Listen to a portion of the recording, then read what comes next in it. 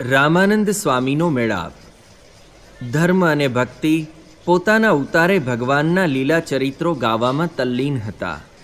એટલામાં એક બહુ જ તેજસ્વી અને સૌમ્ય સ્વરૂપધારી વૈષ્ણવ આચાર્યના તેમને દર્શન થયા. તેમની પ્રતિભાથી સહેજે તેઓ આકર્ષાયા. તરત તેમના દર્શન કરવા દોડ્યા. દંપતીનો મુમુક્ષુ ભાવ નિહાળી વૈષ્ણવાચાર્યે તેમને આશીર્વાદ આપ્યા અને કહ્યું, અમારા આશ્રમમાં કૃષ્ણ કીર્તન થાય છે, આપ જરૂર પધારજો. વૈષ્ણવાચાર્યના કપાળમાં ઉર્ધ્વ તિલક હતું. તે મધ્યે કંકુનો ગોળ ચાંદલો શોભતો હતો.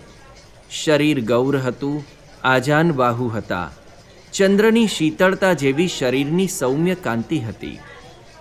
ધર્મદેવે તેમને પૂછ્યું, મહારાજ, આપનું શુભ નામ? તરત જ તેમણે હસીને ઉત્તર આપ્યો, મારું નામ રામાનંદ છે. અમે અહીં નજીકમાં જ સૌ ભેગા મળીને કૃષ્ણ કથા કરીએ છીએ. તમે પણ જરૂર આવજો. એટલું કહી ફરી આશીર્વાદ આપી રામાનંદ સ્વામી ત્યાંથી ચાલી નીકળ્યા. ધર્મ અને ભક્તિના અંતરમાં આશીર્વાદથી શાંતિ થઈ ગઈ. અસુરોના ઉપદ્રવનું દુઃખ ઓસરી ગયું. સત્પુરુષના સંબંધની આ અસર છે. ભક્તિ દેવીએ ધર્મદેવને કહ્યું, કેવા સૌમ્ય અને કેવા સ્થિર વૃત્તિવાળા હતા. તેમણે મારા તરફ દ્રષ્ટિ માંડીને જોયું પણ નહીં.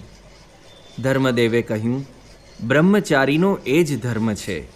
સ્ત્રીઓ તરફ દ્રષ્ટિ કરીને કદી ન જુએ, સંભાષણ પણ ન કરે.